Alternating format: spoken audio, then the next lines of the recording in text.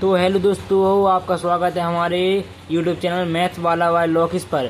आपको आज अगर आप क्लास 10 में पढ़ते हो, आपको टॉप करना है तो ये आपको क्वेश्चन देखने होंगे। आपको वीडियो पूरा देखना होगा। बहुत ज़रूरी वीडियो है और बहुत इंपॉर्टेंट वीडियो है। इसमें आपको इम्पोर्टेंट इतने अच्छे क्वेश्चन बताते हैं जो हर साल रिपीट होते हैं, हर साल रिपीट होते हैं।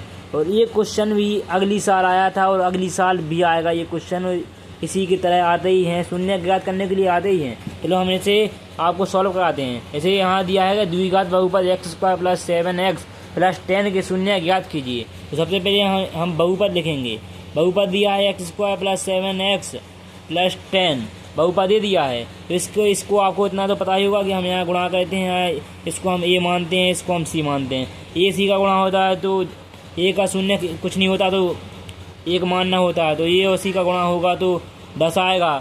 तो हमें ये भी पता है कि ए सी का गुणा करने पर 10 आना चाहिए और इन्हें जोड़ने घटाने पर 7 आना चाहिए। तो हम यहाँ 2 फैक्टर ले लेते हैं गुणा करने के बाद।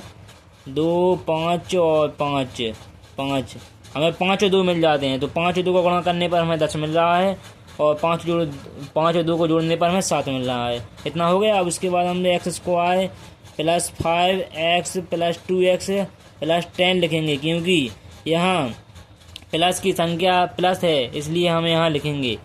अगर माइनस होता तो हमें माइनस की संख्या मतलब माइनस की पहले दिखते, इसलिए यहाँ तो दोनों में प्लस है तो यहाँ दोनों मतलब प्लस होंगे।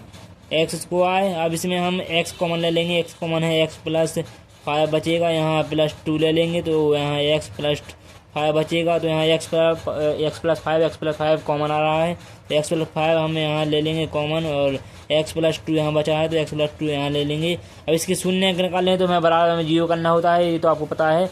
जब किसी भी समीकरण किसी भी बहुपद के शून्य निकालने हैं तो हमें बराबर में 0 करना होता है। तो यहाँ शून्य के लिए हम दोनों में 0 का मान रखेंगे, बराबर में रखेंगे। तो x + 5 = 0। तो इसका शून्य का जाएगा 0 - 5 और x = -5। एक ये शून्य का जाएगा और एक आ जाएगा x + 2 = 0 रख देंगे तो x - 2 आ जाएगा। एक ये शून्य का जाएगा। तो इसके 2 शून्य -5 एक -5 हो जाएगा, एक -2 हो जाएगा। ओके, ये पहला सवाल हमारा सॉल्व हो गया है। हम चलते हैं दूसरे सवाल की ओर। चलो, और यह है हमारा दूसरा क्वेश्चन। ये भी बहुत बार आ गया है एग्जाम में, बहुत 2-3 साल का रिपीटेड क्वेश्चन है भाई। बहुत ही खतरनाक क्वेश्चन है ये, 100% पेपर में आता है। इसी प्रकार की इस साल आने वाला है, 100% आएगा, आपको पूरी गारंटी के साथ बताता हूँ। चलो इसे सॉल्व कराता हूँ। तो यहाँ लिखा है एक द्विघात बहुपद ज्ञात कीजिए, इसके शून्यकों का योग तथा गुणनफल क्रमशः -3 और 2 है। तो यहाँ हमें दिया है शून्यकों का योगफल। शून्यकों का योगफल हमें दिया है, शून्यकों का योगफल हमें -3 दिया है और इनका गुणनफल हमें 2 दिया है, ये दिया है। तो हमें ये दोनों दिए हैं तो इसमें हमें मानना होता है कि द्विघात बहुपद क्या है, इसमें ये ज्ञात करना है। तो हमें इसे मानना होगा। माना द्विघात बहुपद ax² + bx + c है, क्योंकि ये द्विघात बहुपद का व्यापक रूप होता है। आपको ये पता याद होना चाहिए कि ये द्विघात बहुपद का व्यापक रूप होता है, इसलिए मैंने माना है। अब यह मान लिया। हमें यहाँ लिखना होगा तब। अब इसके बाद लिखेंगे हम शून्यकों का योगफल। शून्यकों का योगफल जो होता है अल्फा + बीटा बराबर -b/a। अल्फा + बीटा कह सकते हैं, बराबर -b/a भी होता है इसका। ये हो गया। अब हमें जैसे हम यहाँ जैसे ये दिया है, उसके बाद हमें शून्यकों का मतलब हमें शून्यकों का योगफल -3 हाँ -3 दिया है। तो हम यहाँ लिख देंगे अल्फा + बीटा कितना है, -3 बराबर -b/a। -3 के बटे में नीचे ये मान लो कुछ फर्क नहीं पड़ता है। अब यहाँ लिखेंगे -b बराबर -3, तो ये माइनस से कट जाएगा तो b बराबर आ जाएगा 3 हमारा। और इसके बाद a बराबर 1 आ जाएगा, क्योंकि a भी a बटे में है, a भी बटे में है, तो ये बराबर है ना दोनों, तो ये बराबर भी 1 आ जाएगा। इसके बाद हम लिखेंगे शून्यकों का गुणनफल। शून्यकों का गुणनफल जो होता है, शून्य का गुणनफल क्या होता है, अल्फा इंटू बीटा, और इसको हम लिखते हैं c/a से भी।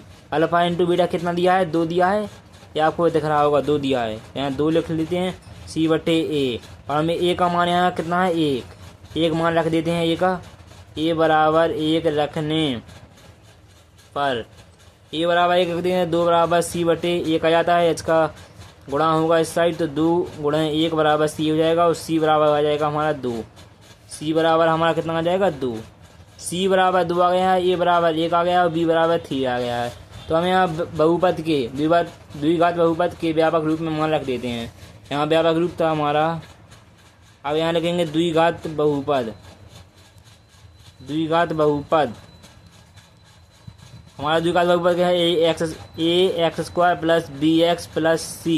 अब इसमें हम a और b c का मान रख देते हैं। a का मान कितना है हमारा, a का मान 1 है, a का मान हम 1 रख देते हैं x² प्लस b का मान कितना, b का मान हमारा 3 है तो यहाँ 3 रख देते हैं। c का मान कितना है अभी निकाला है हमने, c का मान है 2 तो हमें c का मान 2 रख देते हैं। बस इतना है तो हमारा सॉल्यूशन था। बहुत सारे क्वेश्चन आते हैं, ये 100% पेपर में आते भी हैं और ये हमें 2 नंबर पक्के देते हैं, 2 नंबर या 3 नंबर में आते हैं। ओके, ये 100% आते हैं। अब यहाँ हमारा हो जाएगा x² प्लस 3x प्लस 2 और ये हमारा आ जाएगा आंसर, ये बहुपद बन जाएगा। और ये आते ही हैं क्वेश्चन, ये 100% क्वेश्चन आने वाले हैं। आपको ये 2 तैयार कर लेना, ये लगभग आते हैं वो 100% इस बार भी आएंगे। अगर आपको वीडियो अच्छा लगा हो तो सब्सक्राइब कर देना। आगे भी मैं बहुत सारे क्वेश्चन SST के, सामाजिक विज्ञान साइंस के सब चीज़ों के मैं क्वेश्चन लाने वाला हूँ। इम्पोर्टेंट 100% आने वाले क्वेश्चन हैं, वो उतने रिपीट क्वेश्चन वाले ले आऊँगा। भाई आप तो सब्सक्राइब कर लो, बस अगली गारंटी मेरी है, सब्सक्राइब मी।